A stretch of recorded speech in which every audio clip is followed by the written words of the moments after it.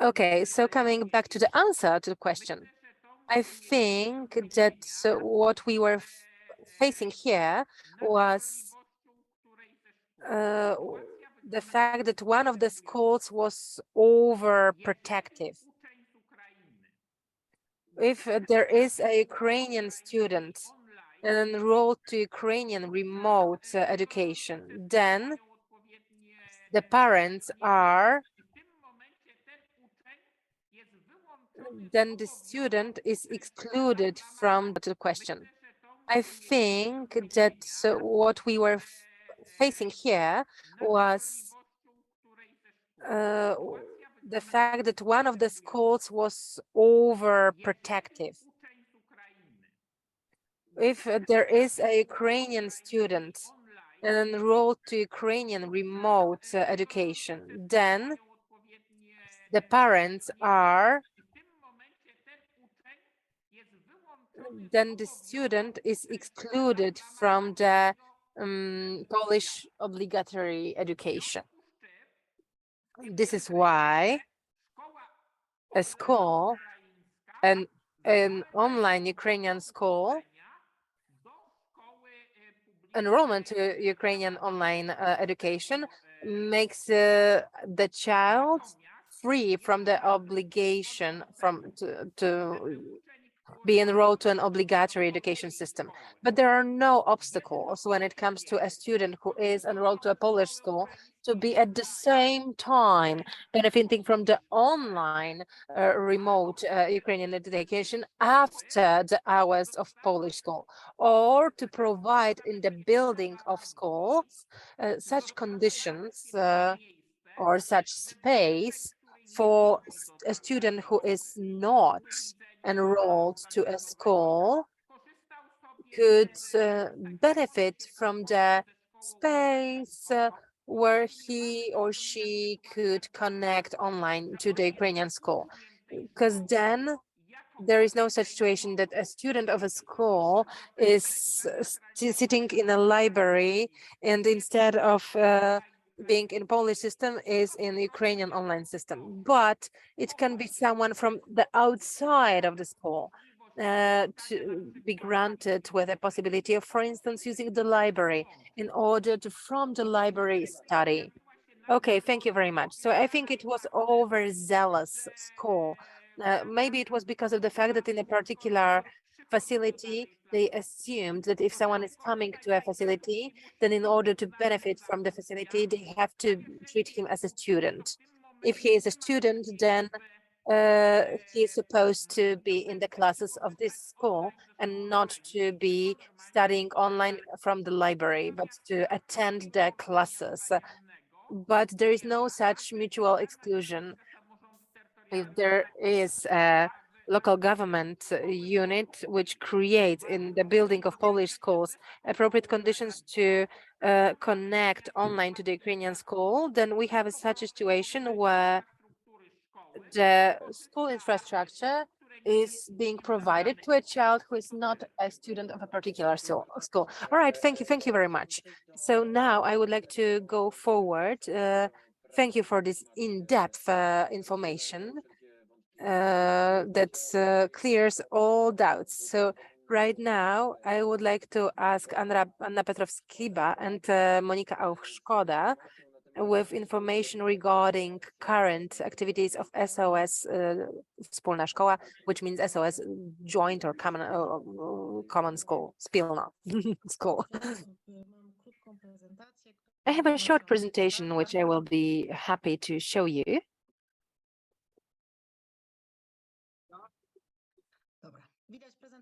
Do you see my presentation? Yes, we do. I am very happy to see all of you, especially as in quite some time it's not been me coordinating the activities. I wanted Carolina to take the floor along with me, but she said that it will be quicker if I just say it. So what happened as of March? We have formulated goals, which we will have to reformulate. But as of March, we wanted to, first of all, collect data on different activities for children for Ukrainian children in Polish schools. We wanted to support in communication, in the exchange of information with local governments, also NGOs, institutions, and to support mm, solutions for Ukrainian children in Polish education system. Those were our goals. As of March, a lot of things happened. I have formulated even names for particular things which were happening to organize it all in my head. So at first it was a stage of formulating what is to happen, what the school should look like. It was a chaotic stage when we were reflecting why are we here and whether it's really needed. Then we started to network internally. Some of you were meeting with me very often, several times a week on thematic meetings. At the same time, Monica, who will take the floor shortly to speak about one of the activities of ours, she was organizing webinars for local governments. We've created a material which was summarizing the different issues, and at the same time we were collecting inputs to our website.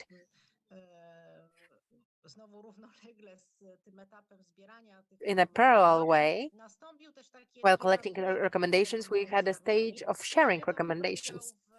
So it was participation in the roundtable of local governments organized in Wrocław, support in educational roundtable, and activities related to summary of the roundtable. At the same time, we were preparing, and this is an ongoing task all the time. We are doing it for local government, schools, organizations. Sometimes it relates to Ukrainian issues and sometimes to some others. We've created a website. At the same time, and in a consequence, we started to network internationally. We've had several meetings where we had an opportunity to meet up all together.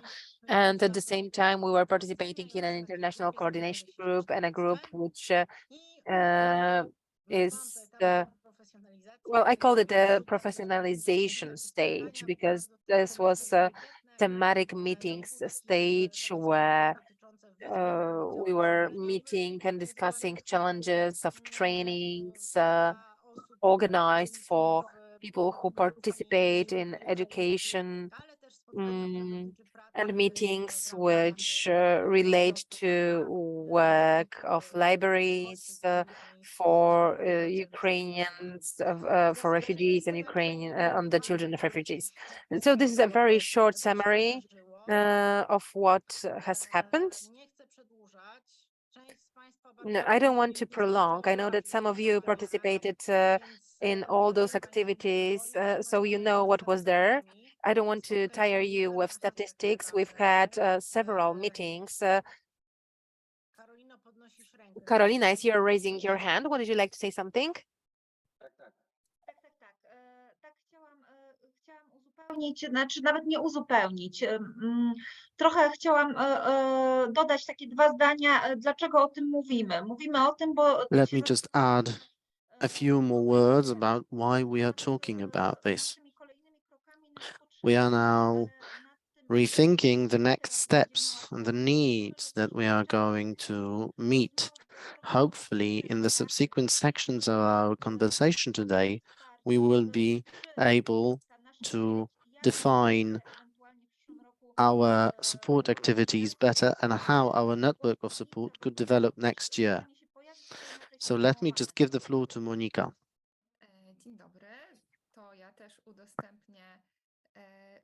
Good afternoon.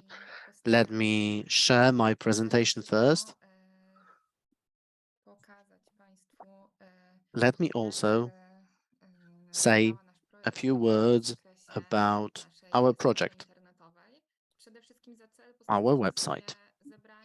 Our goal was to bring together the know-how on Polish on Ukrainian pupils and students in Poland. These are the materials that are available there, and these have been divided into a number of categories that are seen in the screen. If you click on the logo of the common or shared or school for everyone, then you can actually access these materials. These materials were divided by a category, but also by people who will be using them.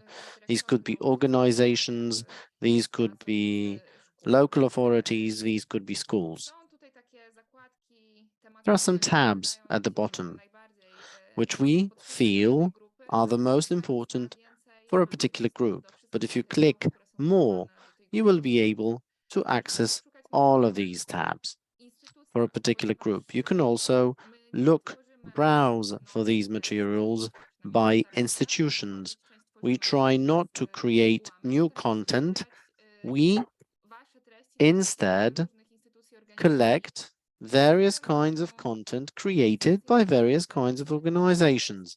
So if you click on institutions, then you will be able to find content created by a particular institution or organization. If you click on a particular organization or a particular type of users, then you have a title and a brief description, and then when you click on it, you will be referred to the website of this particular institution, the institution that created this particular website. Then, at the bottom, you also have more information on similar categories. There are also similar themes. Each of these sub-websites contains an email address. If you send an email to this address, you will be able to contact me, but you can also contact me directly from my personal email. And why is that? Why do we have these emails? This is because we are keen to develop this website together. We are now running a number of trials to see if everything is working. We would like you to send us links to valuable materials. We would like you to provide information about this website to any kind of institution or any kind of target group that might be interested in using this website. When we met some of the libraries, they told us that they didn't know about our website, and this is a pity because we have lesson plans, various kinds of teaching aids, multilingual literature, and it would be a great opportunity for everyone if they could actually access this website. We will do our best to organize our website a little bit better because it's kind of messy at this point in time, but we will be improving its functionality. This website wouldn't happen if it wasn't for the following partners, those who were able to provide subsidies, such as Civitates, Forum Dialogu, Rita, and Batory Foundation. Let me also add that these entities also funded other activities as part of this Wspólna Szkoła initiative, that is School for Everyone. Without their subsidies, without their funding, we wouldn't be able to do this. Are there any questions about this website or any other activities of yours? Because we will now be slowly moving to our plans for the future. That is the question that Karolina Prus-Wierzbicka asked. That is, what do we need to support and where should we be heading to? So this is what we need your feedback on. Let me now turn slowly towards the future. However, if you have any questions about any kinds of activities that have been pursued to date, it would be great. Let me introduce myself. My name is Julia. I'm from Mapuj Pomoc. This is not an initiative that is dedicated to bringing people together or education. We have one such project, however. So we also, but our primary concern is about logistics. We have just attended a scientific conference at the Jagiellonian University, Krakow. There, we learned that refugees do not know much about these preparatory schools, these preparatory centers. This is true information, and our initiative is to present you with a map that shows where these centers could be found. I won't take a lot of our time. I'll simply leave you with my email address. You can use this map and share it with refugees. This map is in development, so this is not something that is set in stone. We might add new information. We might adjust this map to the current situation. In reference to what Alina has said, namely that parents need support and information, this kind of map might be of great use. I don't know if you've heard about this initiative. I can see that some of you have. This is good news. I'm very happy about it. We are now also working with organizations in Ukraine, and we started working with the Ukrainian language so that the map of these organizations is better and fuller. We can use this particular map when talking with various kinds of people, including parents, so that they can seek help and support on their own as well. Hopefully, this map would be of great help to refugees and support organizations. The links are available in the chat box. Now, Alicja Patsevich would like to take the floor. There's yet another person who would like to take the floor. Is there anyone else who would like to say something? Oh, I can see that there is one more person. So, Alicja, I'll say a few words, but at the very end. So before we turn to the future, I would like to say a few words, but now Martyna Bogaczyk, Foundation Education for Democracy. One question: who coordinates the international group, and what organizations are part of this group? And I actually don't know much about it and would like to learn more. Hande is with us, and it seems to me that it's UNICEF who is coordinating this Education Working Group International. Hi. Hande? Hello. Thank you, Martina, for your question. Actually, I was going to talk about it while I was doing my presentation, but yes, indeed, in the interagency level, as UNICEF, we are right now leading the education sector working group. But starting from the beginning of 2023, we want to co-lead this group with a local NGO that will substitute every other 6 months. So we will need your support in co-leading this education working group.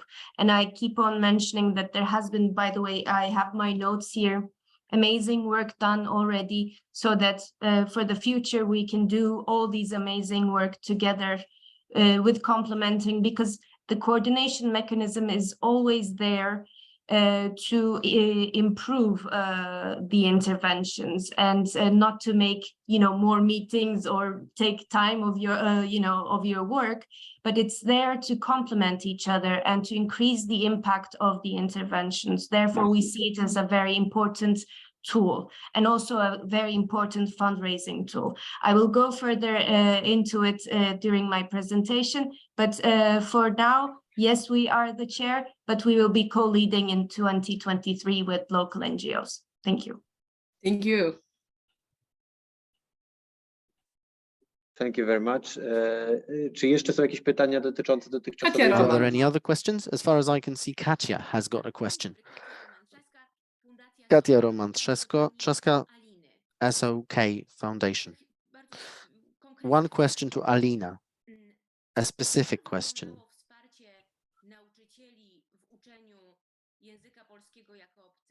How did you support teachers of Polish as a foreign language for skills that would help them D'accord, dans 7 to minutes. assist children that have gone through a trauma?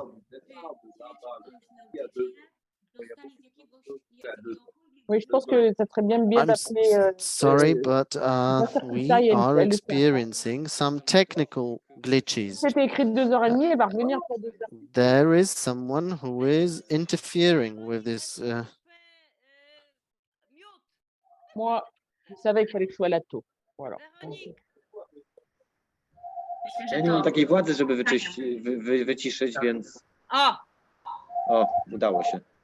Ostatnie pytania nie usłyszałam. Mogłaby Pani jeszcze raz I powtórzyć? haven't heard the last part of your question, the final part of the question.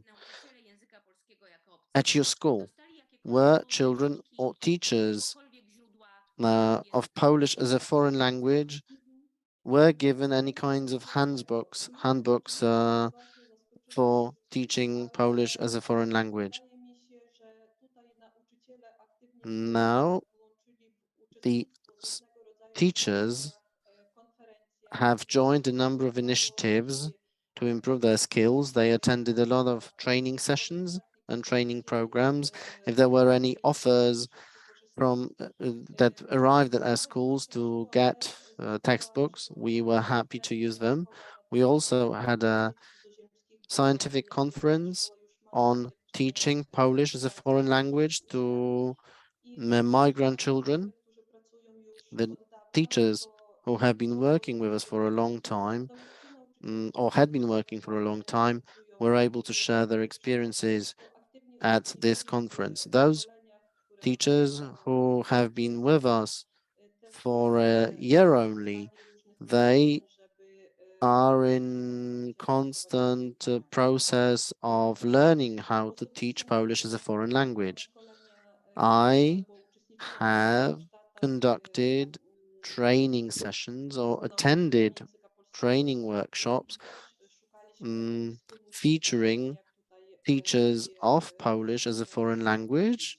We were seeking solutions to help us to do our job. We were not provided with textbooks, however.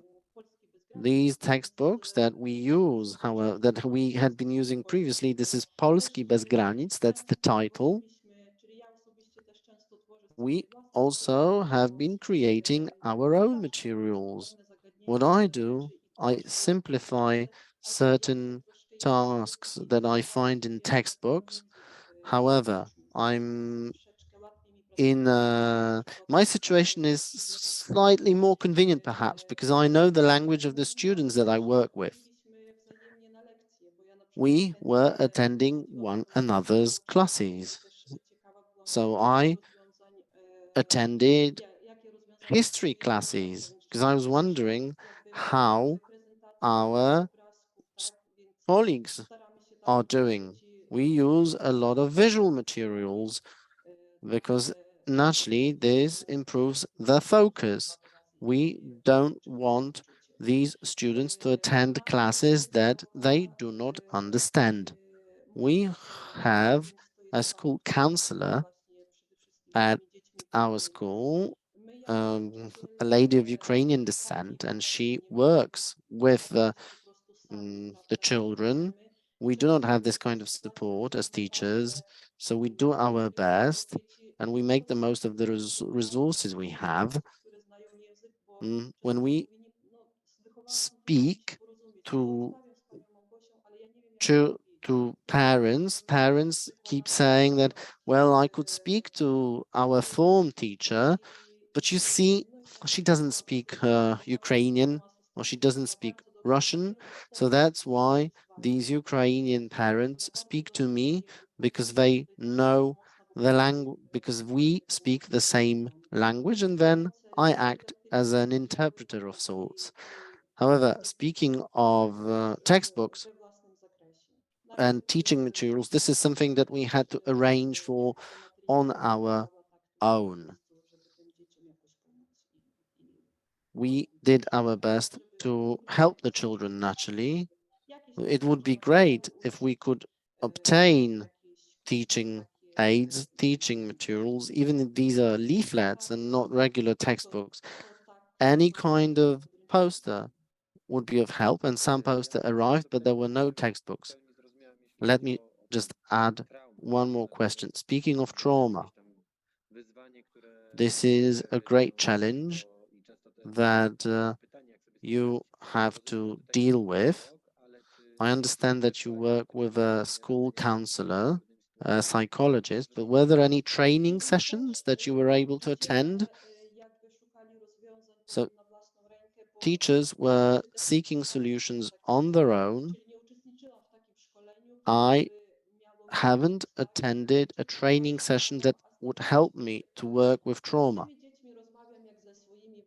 I speak when I speak to these children, I interact with these children as if they were my own children. I can see if I can see that these children are crying or if they are unhappy, and they often tell me that the dog was left behind and they missed the dog, and it's very difficult to accept the fact that they left the home so abruptly.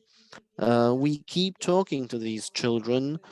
They do realize that they have to adjust to the situation, and that the pets are now taken care of by the neighbors. Some of these children, some of them have heard air raid alerts, and that was all they heard as far as the war is concerned. But now there is an influx of children from Kherson or from Zaporizhia, and these children have been greatly affected by the war. These children could not attend school, even remotely, because they were in underground shelters all the time. So even during our weekly form classes, we speak to each other. Now, one thing that we have to follow is that we cannot use mobile phones in class, but sometimes we make exceptions because during class there may be an air raid or a rocket assault on the homes or on the hometowns, and the children would like to know whether their nearest and dearest, their grandparents, for example, were not affected by the airstrike. So this means that the teachers have to act not only as teachers, but also as school counselors. We have to hug these children. We speak to these children. We keep reassuring them that once they are back in Ukraine, they will be able to speak. We show to speak Polish, and even if you're back in Ukraine, even if you're back in Kiev, you can use Polish for a variety of purposes, and it is really worth it because every single language is worth learning. So we work step by step. There are students who refuse to work. They are in deep trauma. They are in great denial. They simply say no. They go to school because they say they are being forced by their parents, but they're not interested in going to school at all. And to be honest, well, I've heard a lot from students. These students find it difficult to choose between Polish and Ukrainian schools because they want to be in touch with Ukrainian schools. You see, in this preparation center that I work with, most of the children say that they want to go back to their homes. So 3 students from this preparatory transition center say they would like to stay in Poland. Other children want to go back to Ukraine. However, their situation is rather uncertain. Sometimes these students attend Polish schools in the morning, and then in the afternoon they they not even in the afternoon, during our classes they do homework Thank for you the very Ukrainian much for schools. your insights. Listening to someone who is on the ground is very enlightening. So thank you. Kuba is raising his hand. Larissa and Alicia. Maybe I'll give the floor to Kuba now. Well, I don't see him. I can. You can hear me, you can see me now. I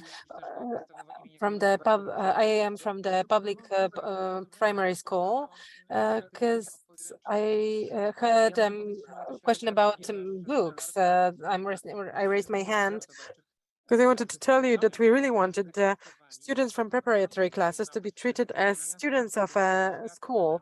We were fighting with the local city hall, with the ministry, so that for the students, the citizens of Ukraine, could buy books from the dotation for books, because definition of student is only one, no matter whether it's preparatory classes student or first, second and seventh grade. So fortunately, they admitted that we are right. No one is speaking about it out loud because it's vast expenses in the state budget. But I can tell you, go ahead, the books, both when it comes to Polish as a foreign language or translated into Ukrainian, you can be buying those books from the dotations as we did. There is no discussion on that. We've verified it at the Ministry of Education and Science. And this is what I wanted to tell you to make sure you know that there is such a possibility. We've been seeking for it, and I've been fighting a lot to make sure it will be possible. And at last, they told me I was right. And 2 weeks ago, we've obtained the funds to purchase the books for the students who are citizens of Ukraine. So this is all I wanted to let you know. I wanted you to know it, and I will not take more of your time. I'm giving the floor to the following people who are raising hands. Okay, should someone be willing to go after to follow your steps? Can they reach out? Yes, go ahead, contact me. I'll post here my email, phone number. I will tell you how, where, and what to do to obtain the funds for the books for students. No problem. Thank you very much. One sentence from me, if I may, to Kuba and to all of you. And as I finally have the floor, I will say what I want to. Kuba is in a school which before the war had 120 Polish students. Yes, I know it by heart. And how many Ukrainians were enrolled? 80. And right now, how many? In total, 2020. So they have second time as much of Ukrainian children. And Kuba is a person who, first of all, this year obtained an award of Sendlerova Irena.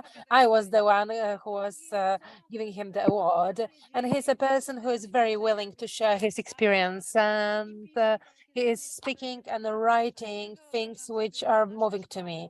He's saying that that he cannot picture his school without Ukrainian children anymore. So reach out to Kuba, write to him, and we are going to continue on inviting you because you, Kuba, have worked out many different solutions at your school where the ministry is still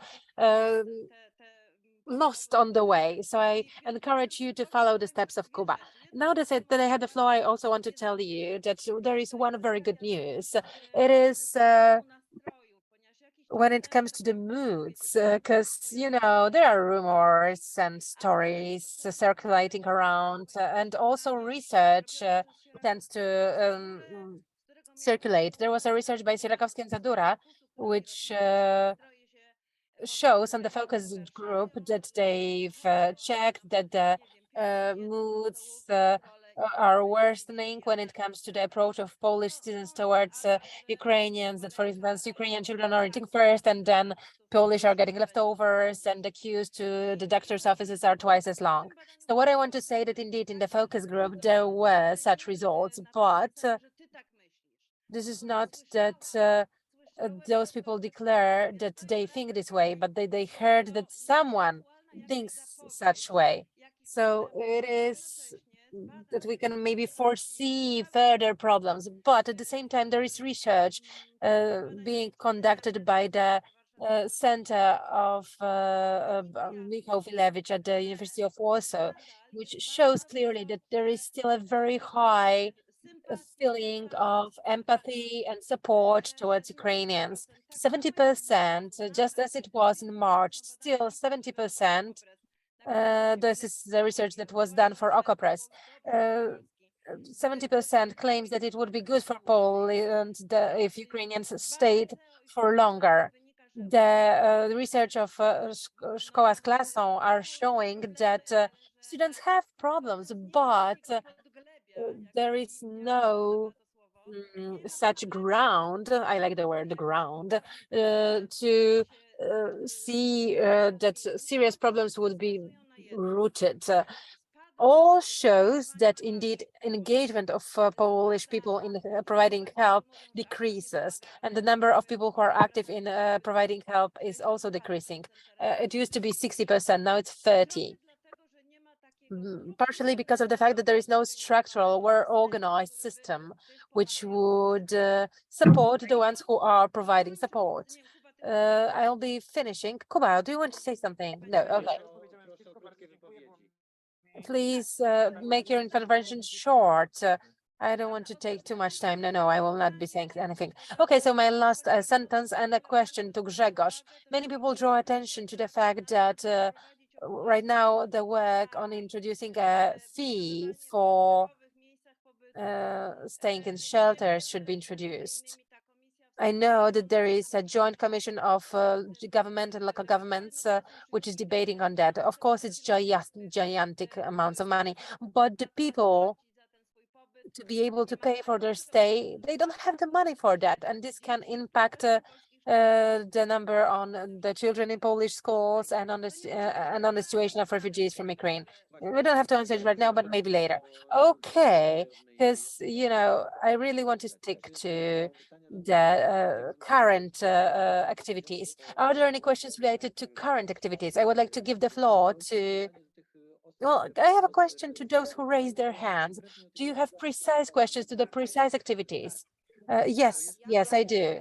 I have a precise question. So let's first finish with that, and then we will follow with Ms. Bogacek and the plans for the future and the conversation about the future.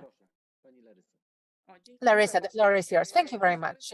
My name is Larissa, and I am from the Ukrainian Center of Education Foundation, a Ukrainian school Materinka, and I also work as an intercultural assistant in schools in Warsaw by the foundation of Integration Forum.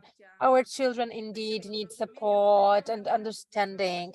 I have, from my experience in the School of Warsaw, I can see that Ukrainian children don't have books. That's true. We are taking pictures of books from other children. We are going to libraries.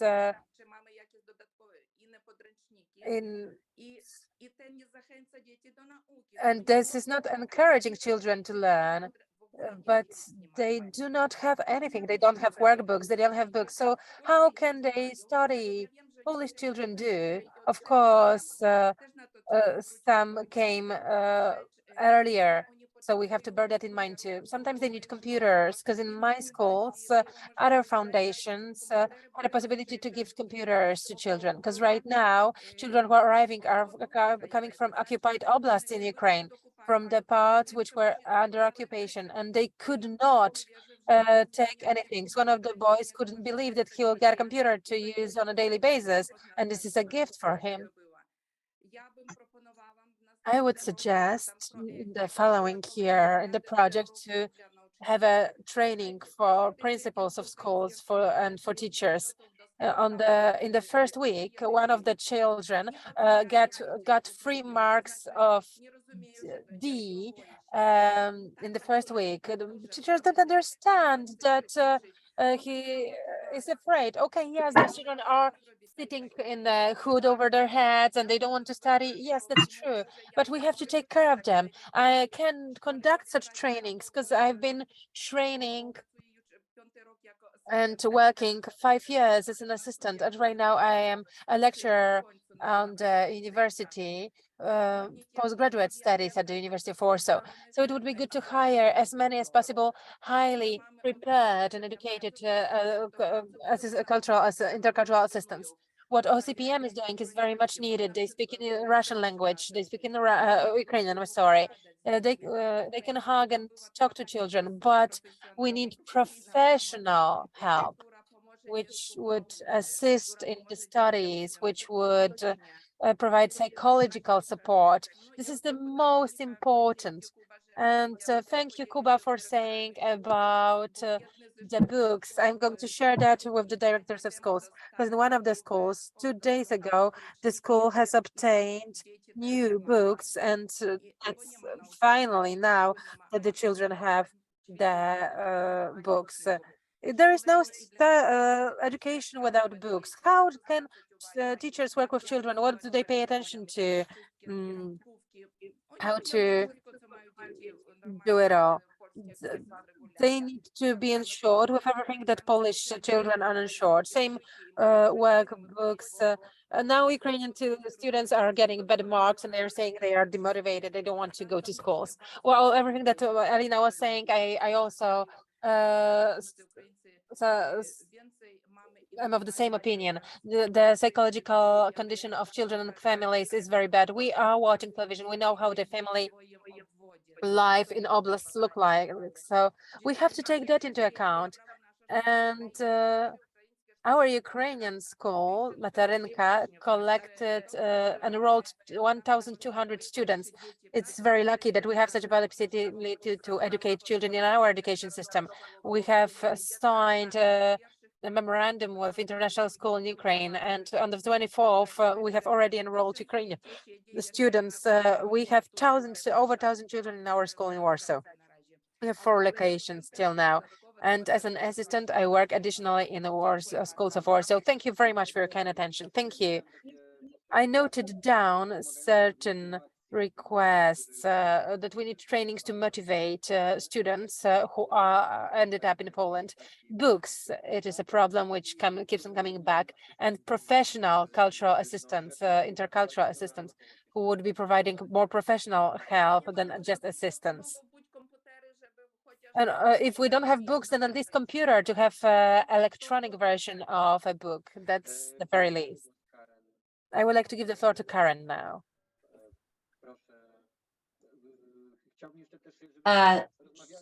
Thank you very much. I think I have the floor, right? Yeah. Okay.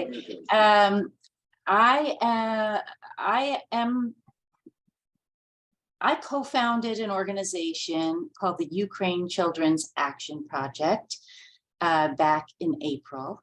And we have been working with the division of the Department of Education in Warsaw and the Polish Teachers Union to develop an online training program on trauma and trauma-informed education. So a specific online course with interaction and resources for teachers to help them understand what children go through when they've experienced trauma, how it affects their behavior, how it affects their ability to learn, and things that can be done in a classroom to support and help children who have experienced trauma. This is something that we were told. My background is in child health and education, and we were told that this could be very helpful for Polish teachers working with Ukrainian students in particular, but also other students who have experienced trauma. And also, we're developing this course in Ukrainian for Ukrainian teachers to be comfortable, and in Polish to acknowledge that there are so many teachers in Poland that are providing care and support and education to Ukrainian traumatized students. So this course will be available in January. I wanted to just let everyone know it will be online. It will be a part of the Center for Education and Innovation that the Department of Education in Warsaw overseas, as well as posted in the on the website with the Polish Teachers Union. So I just wanted to let people know. I know it's taken longer than we wanted to develop this. It's quite elaborate. We're working with Columbia University in New York and with contacts, psychologists and educators in Poland and Ukraine. So it's going through quite a vetting process, but we hope to have that available online for anyone to access in January. Thank you very much. This is direct response for our needs. Ja mogę. Dziękuję bardzo. Ja bym chciał, przepraszam, bo mam jeszcze dwie osoby, I'm które sorry, because I have two more people I want to give the floor to. So let's now give the floor to Martyna Bogaczyk, FED chair, so that she would tell us about the projects of FED and the needs for the new year. What further steps she sees, and so that we can start discussing the future, because we've been already talking. Well, I'm here today till the end, so keep calm. I think that I would like us to have a possibility to talk about the future. All right, I'll take the floor. Good afternoon, ladies and gentlemen. My name is Martyna Bogaczyk. I'm from the Foundation Edukacja dla Demokracji, Education for Democracy, and I have just realized that this is the first time I'm speaking about these FED activities. We haven't had the time to write down all the activities because we were involved in these activities. Hopefully you will be able to bear with me.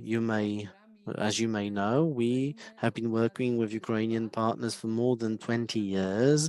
We have been running a number of grant projects and direct projects with local partners. It has been quite easy to such an extent, to a great extent, because we have 3 employees of Ukrainian descent. However, the situation that we've been experiencing since February was really challenging. Let me now focus on something that we do in Poland, because this is what this group is devoted to. We've got 3 types of activities: grants, direct activities, direct actions, and informal wall of cries and laments, because we simply are exposed to a number of difficult, challenging experiences. And I will simply share experiences in these 3 fields. I'll be speaking, I do not have any presentation. In March, based on the grant project, we announced the project for the humanitarian aid activities, both based in Poland and in Ukraine, however, conducted by Polish NGOs in collaboration with Ukrainian-based partners. A whole catalogue of various kinds of activities, all types of activities. Then additional support for those organizations that work with Ukrainian partners and that we support for many years. we did our best to invest in this kind of infrastructure, so to speak. Let me show you how this pathway for obtaining a grant looked like. So you are familiar with this kind of pathway. So there were activities that were intended to all coordinate various kinds of activities. We saw that in one of the slides presented previously, and these activities that are to coordinate things. So this is theme-oriented and geography-oriented. Alina from the Batory Foundation knows a lot about this because the Batory Foundation helped us a lot to coordinate our activities. We asked ourselves a lot of questions such as who, where, when, and what, and they helped us to do this. Then we announced support for long-term projects.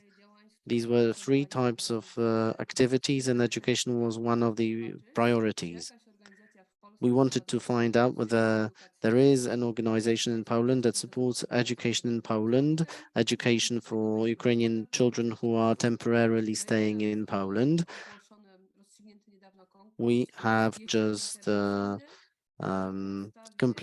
we now have the winners of the intervention project with partners based in Poland and in Ukraine, and we wanted to improve access to education, access by children staying both in Poland and in Ukraine. So this could be online education or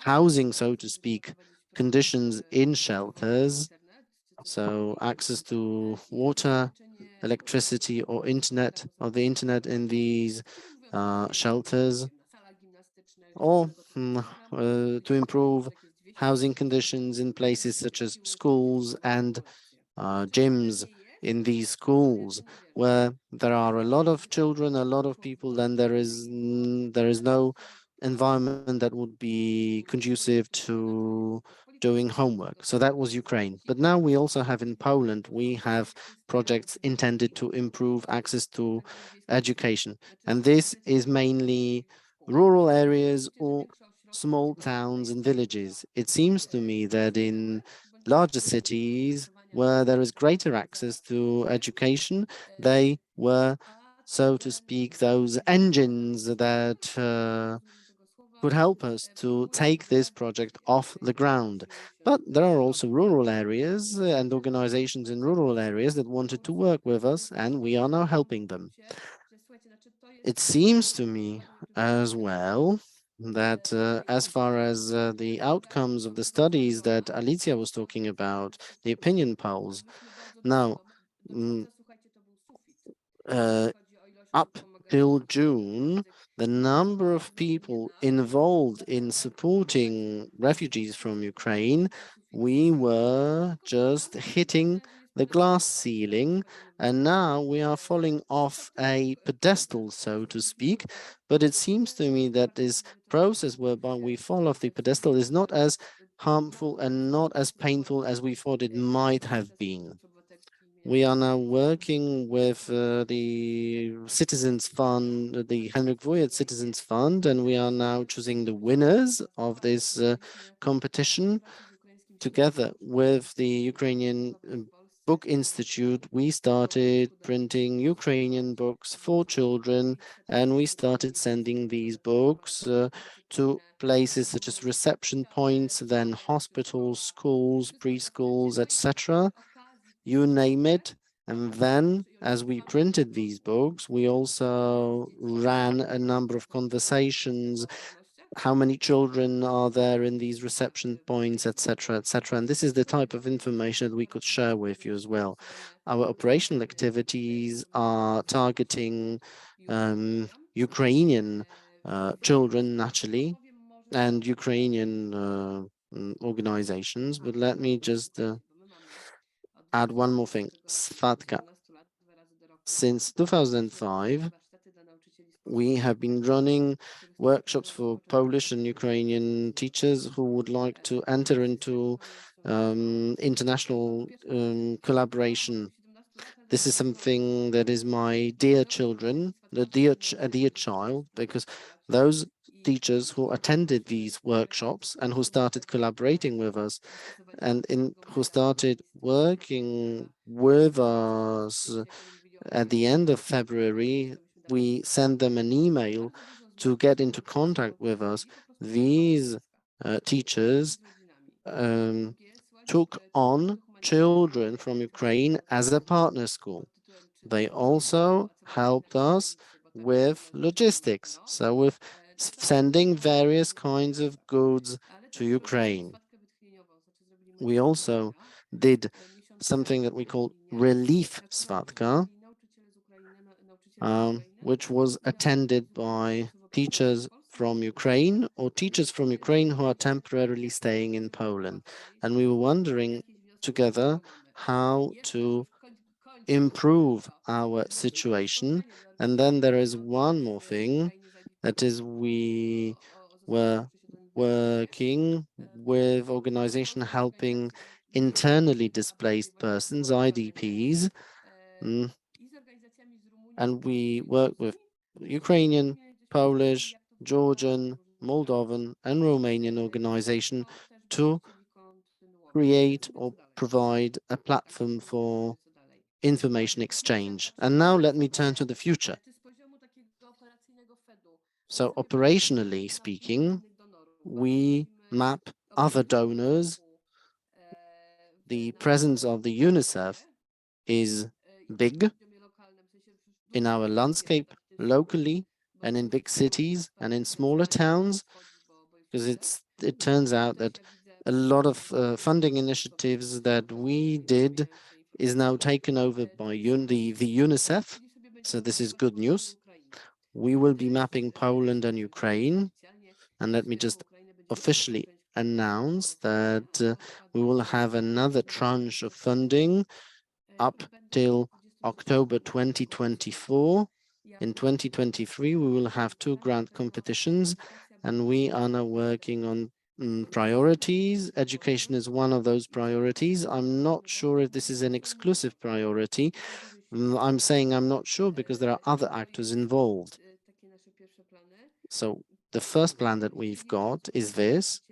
We would like to speak to teachers to foster international collaboration to a greater extent that we did, but most of our efforts these days are focused on supporting Ukraine. We are now reaching the number of 100 grants, so we have almost 100 grantees, 1/3 of whom is based in Ukraine.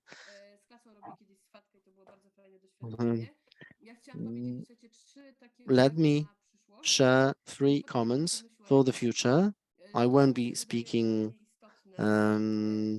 later. So one thing is the situation in Ukraine, schools in Ukraine and smaller hromadas, so smaller communities.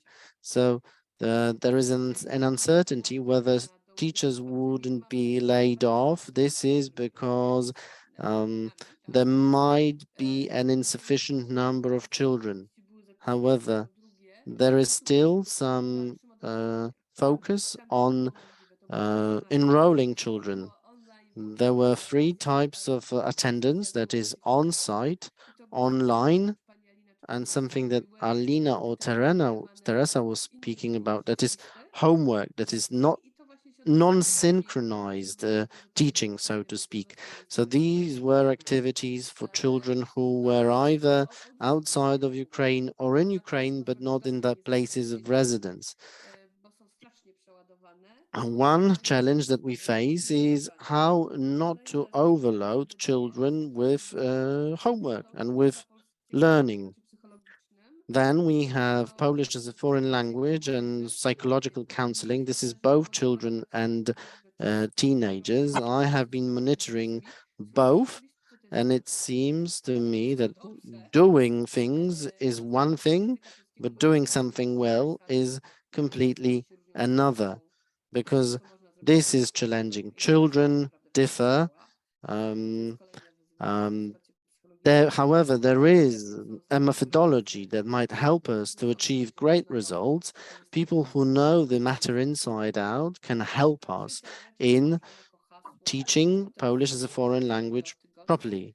And there is yet another thing that I've been involved for a week or so, that is from from December to February, we should be thinking about a campaign that will encourage parents to enroll their children to school.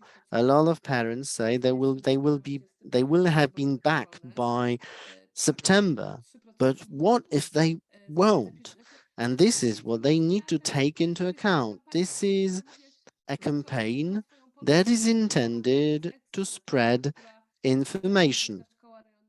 So this is something that we need to do to help Ukrainians to get into contact with Polish friends who would be able to tell them where they can enroll their children. If you do have friends in Poland, then it's easy. But if you don't, then you do need proper information. You need access to information where you could enroll children to school. And again, if we don't address these needs properly, then there will be something of a fire in August or September or October. A lot of children will not be attending any schools at all, and this is worrying. Thank you for this last thing that you spoke about, because this is how we would like to address the future. This is the outcome of my research, and this is something that might occur right after Christmas, when the enrollment process is about to begin. So this is what we should do right away. And it seems to me that this is particularly urgent, this particular thing, that is the enrollment campaign. I looked at 7 largest cities in Poland, and it turned out that nobody starts the enrollment process before the 5th of February. However, if there are children who are in preschools, then this might, and if these children are in the final years of their preschools, then they will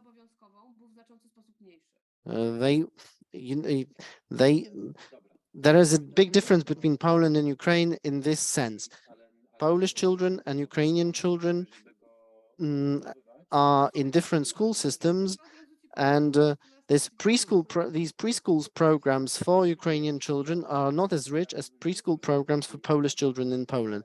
Karolina Wierzbicka has just told me that we will be concluding this meeting at 3 p.m. And as far as I can see, a few people just won't be taking the floor. But now, let me give the floor to our host from UNICEF. Handa Delava, the floor is yours. Hello, thank you, Mateusz. And Mateusz. Mateusz, I will be sharing my presentation, but I will not go one by one and take too much of your time, because actually we have pretty much talked, you participants and very, very valuable speakers have talked about lots of challenges and lots of plans for the future.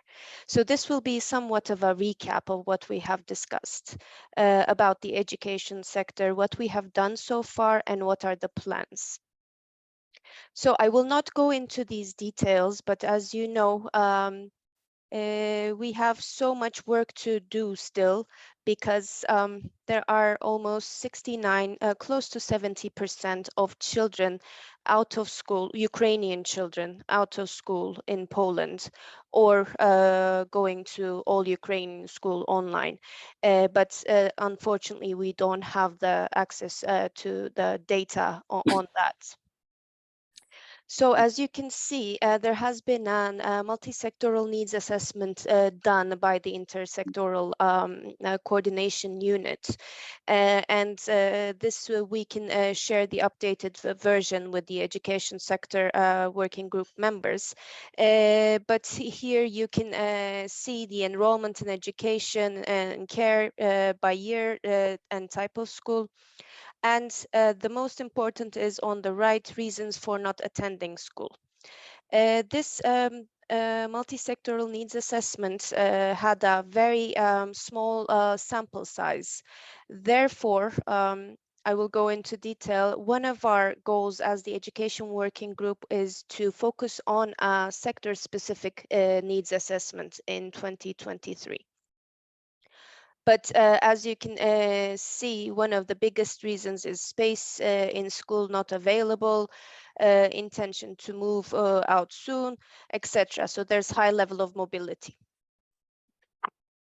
From here, the actors in education, I will not go one by one. You all know better than I do.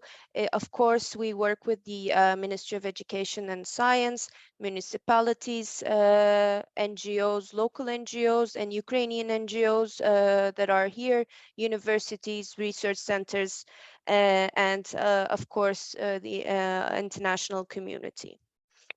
Here, again, I won't go one by one, but these are the challenges that we have faced in 2022 since March and April, let's say. And with these challenges, actually, these challenges show where should we be focusing on for our new interventions in the upcoming year. So when you look at access, you can see that one of the most important challenge is the shortage of space. As we have more and more children in schools, of course, there is a challenge in the school space. And of course, we mentioned qualified staff who can work with trauma-informed traumatic children and can provide trauma-informed education, as Karen rightly said so. Of course, there is a lot of mobility, so uneven distribution in big cities and smaller places. But again, as I said, I won't go one by one, but we know that there's a very low enrollment right now in Polish education system, national system. And one of the biggest, another challenge for access is, of course, the language barrier. When we look at the quality, from the quality side to education, of course, there are differences in curricula, differences in levels of knowledge and skills, and of course, limited interventions on skills development, vocational education, etc. As most of you mentioned, we do also have issues on the intercultural support in schools. Therefore, we can see that another focus area would be on social cohesion and intercultural activities for the upcoming year.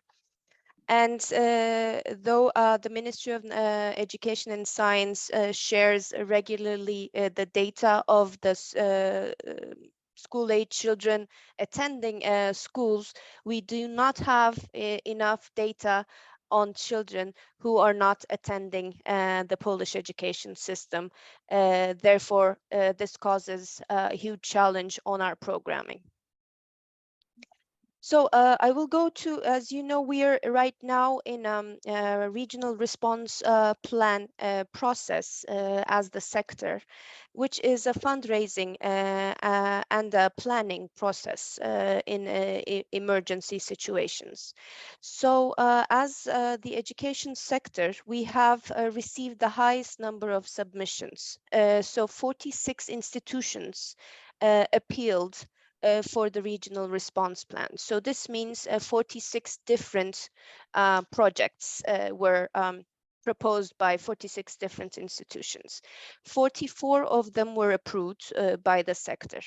And you can see the funding for the next year. So far we have the 23% for next year covered and secured funding, but we still need a lot to do to raise funds to cover the remaining 77%. So what is our main goal? Of course, our main goal is from the education sector is access to quality and inclusive education for all children in Poland. So this is pretty much what we have been talking about for the last 2 hours. So when you see this under the sector coordination, what we want to achieve is actually the system, the strengthening of the education system in general. And how we do it is that you've mentioned, Mateusz also mentioned to wrap up the discussions, the challenges of language, the challenges of books or IT equipment, intercultural assistance, training needs for teachers, etc. So as you can see, when we analyze the projects that have been proposed for the RRP, our main focuses will be on providing supplies such as education materials to children and to teachers as well. And providing safe learning spaces is an additional focus area. MHPSS support, and more we're talking about social cohesion, which is also social and emotional learning. We can underline that, and training of course education actors. I don't want to mention education personnel. I want to usually use the education actors because it's also families who are there. We need family engagement more and more to support the education of the children. And when we look at the supportive services, we can also say for the supportive services is that Polish language classes is one of the supportive services that we should be focusing on for the upcoming year, vocational education, etc. And how we do this, of course, we do it through formal education and through non-formal education. But here in this slide, a thing that I don't want to have, and I kind of want to share with you upon our discussion, is that thank you, Martina, I think, sorry if I'm mispronouncing it, but thank you for mentioning the campaign, because we are actually, as the sector, planning, I will not say back to school, and I will not say back to learning as well, but I will say continue learning campaign. And under this campaign, we are planning on having information packages, which actually here again with SOS partners, as we have mentioned, there are lots of information that we have to share with families as well. Under this campaign, we will be sharing the education opportunities for refugees and the processes they should follow. Let's say depository sites as the SOS's site, for example, where they can reach information or materials as well. So it will be a very comprehensive information package for families. In addition to that, we have additional tools in this continue learning, which is a problem log.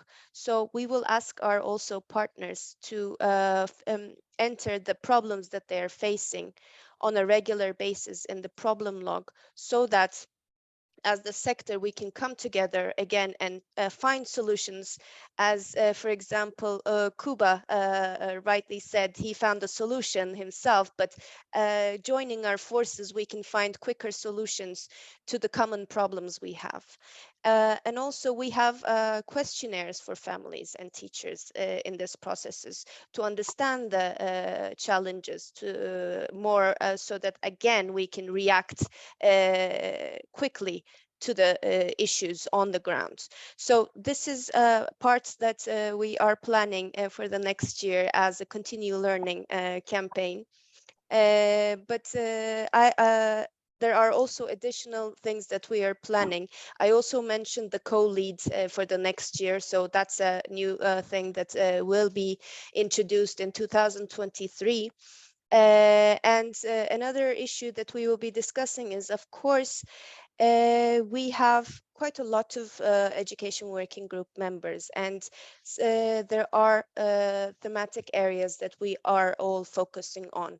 We have institutions focused on MHPSS, we have institutions focusing on ECD, some focus on social emotional learning, some focus on access, etc.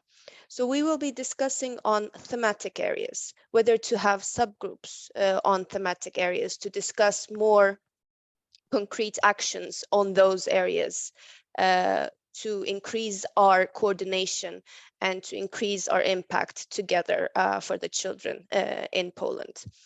And I also mentioned that we do have a multi-sectoral needs assessment in place, but the sampling size is, as I said, it's a bit small. Therefore, we might also come to you as the education working group members to ask for your support on focusing on a sector-based, only education sector-based needs assessment. Therefore, we can also plan and program our activities with an evidence-based approach. So this is from my side all for now, but I have entered my email address here. If you have any questions, of course I can answer now, but please do reach out to me anytime you do please to do so. I am ready to answer your questions, and if you want to be added in the education working group list, please also again reach out to me, and we'll definitely add you right away into the list. Thank you very much. Over to you, Mateusz. Thank you very much for this presentation. It really sums up our discussion as for today. Chciałem się zwrócić tutaj do uczestników spotkania jeszcze z takim pytaniem. Now I want to reach out to the participants with a question, because as far as I understand, we have to indicate goals.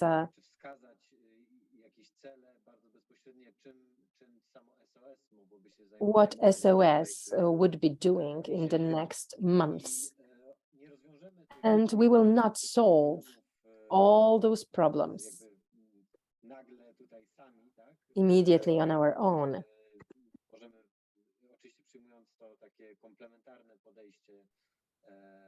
Of course, we want a complementary approach suggested by Wanda. We can support one another, but what is supposed to be the role of SOS in it all? So this is a question which I want to focus on in the last 10 minutes of our meeting. Are there any suggestions what the SOS should be in charge of?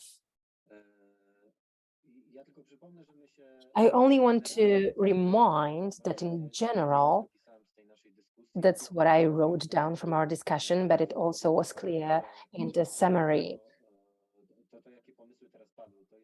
that what ideas will be now is the issue of campaigns and enrolling to schools. It's the issue of accessibility of IT equipment and books, IT equipment instead of books, maybe. It is an issue of working with trauma. It is professional assistance and professional online trainings, how to work with traumatized children. We already know that the system is rather stable, which means that lack of changes on the governmental side is a good news because it's stable, but on the other hand, it's not solving our problems. The issue of books has been solved, for instance, as shown by Hande, only in some points. And I think it requires probably more systematic approach, motivation of students and the fact that they are constantly waiting to come back. So are there any precise proposals? I see that Karolina is raising her hand, Katia and Marzena. For quite some time, she's been raising her hand too. So Karolina, as you are on the organizer side, maybe you should take the floor. Yes, thank you. Well, the discussion today and our conversation is not going to finish yet, because thanks to the fact that we are so many of us has gathered here, I would like to invite you to our Christmas meeting on 19th of December. So please note down, it will not be an online meeting. We are inviting you to Warecka Street, to a big room where the opportunity of Christmas and with the Christmas spirit, Alina, we invite you to. I am going to send you invitations to the meeting, and I will try to call you to make sure you come and that we would have the space. And whatever we will not manage to discuss today, we can speak of then. Hande, of course, I cannot picture this meeting without your participation and UNICEF being present. So I think that it's going to be a good time to meet up and to discuss, maybe even jointly do something or create something. So that's it when it comes to the time. If we don't have enough time today, then I would like to let you know that we will have time before the end of the year. I'm going to reach out to you. And I think that we can now give the floor to Marzena, who has been waiting for so long, raising her hand. I'm muting myself now. Thank you very much. I want to thank you for inviting me and for including me in the group. I am a new person and it's my first time. I am a representative of the University of Education and the Foundation of Intercultural Initiatives. The time is running and I want to add a couple of things. I want to tell you about an event which is going to take place next week. At our university, together with the University of Kiev, we are organizing International Forum of Experts, Poland, Ukraine, New Educational and Cultural Challenges. We are going to have several sections devoted to the linguistic policy of Ukraine, of educational issues of Ukrainian students in Poland and in the Ukrainian system of education. So if you are interested in the event, I can send you a link, I can send you the program. I only want to ask you to give me your email. Send it to us, send us to us, and we are going to share it with all the rest. Us, meaning who? Monica. Monica. She's going to type her email address here. So very shortly, I want to say a couple of more things. Maybe in the future, it will be something to discuss. Those are on one hand questions, but on the other statements. I know we are speaking about children at the school age, so starting at the age of 7. But my question relates to what about the assistance provided to younger children, for instance, 6-year-olds or kindergarten children, which are supposed to be prepared for enrollment to Polish schools, because they are not obtaining. Most often, they are simply included into Polish-speaking group without linguistic support, like the way it happens in the schools. So there is also a question of people who have difficulties in education. Besides for being a teacher of Polish language as a foreign language, I'm also a neuro-speech therapist, so I'm very much interested in that. There's a question of coordination too, because you've been speaking about books, you've even said that in Poland we have very good level of methodology when it comes to teaching Polish as a foreign language. So being a person who teaches how to teach Polish as a second language, I must admit that yes, when it comes to adults, it's on a great level, but not when it comes to children. We are only at the beginning of the path. We are at the beginning of working on the methodology. And you can see it by the fact that there are the books are unavailable, so there is no complex program or books which would be devoted to teach Polish as a second language, because this is what we're speaking of when it comes to children who migrated. And the third thing, which was mentioned, but I want to go more in depth, Ukrainian language and the possibility of education in Ukrainian language. Because of the fact that the Ukrainians were forced to migrate. So I want to look at the bilingual, really bilingual education, Polish, Ukrainian, under the supervision of Ukrainian Ministry of Education, to combine the forces, to try to work out such a model. I know that there are Polish Ukrainian schools, but I would like to see whether they really are enough when it comes to the numbers of children in need. So that's it, to put it shortly on my side. Thank you. I don't think we are going to be able to answer those questions. Methodology for children, bilingual schools, and what about kindergartens? So I'm noting it down for the future meetings. Someone else wants to take the floor because it's the very last chance. We are about to disconnect soon. Katya? Shortly. I know time flies. So we are supporting teachers. This is the group which we are aiming at. So in relation to this, I want to thank very much for the initiative, because from the moment we started to attend those meetings, it's like we're doing huge amounts of works, and we felt we are alone.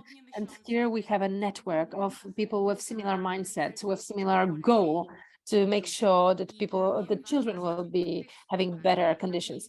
To me, the value of those meetings as a place of exchange of knowledge and to know people who are doing work in the same scope, it's precious. It's absolutely precious. I'm speaking about from everyone who works in our foundation. We all think strengthened by this. And for the future, this is something which we are taking forward.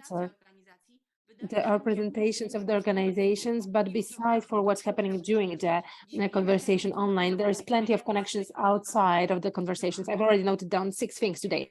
Another issue I want to bring is that we are training on how to teach Polish as a foreign language and MHPSS and the support for teachers. So we are teaching teachers, and right now, teachers who are benefiting from our materials are way over 1,500. So here I want to ask you for 2 favors. First of all, we are going to organize a meeting where I would like people who could reach out to us to brainstorm with us. It is about how to support teachers, Polish schools, so that they would know how to support. In the 2 programs which we are doing, it is going to be a moderated meeting. So it's not about just sitting down, having a coffee and discussing. If any of you wants to meet up, I, of course, am going to regardless send invitations to some of you. But there is a huge basis of knowledge. So if any of you want to attend such a meeting, then please reach out to me. I am going to type in my email address. Another thing,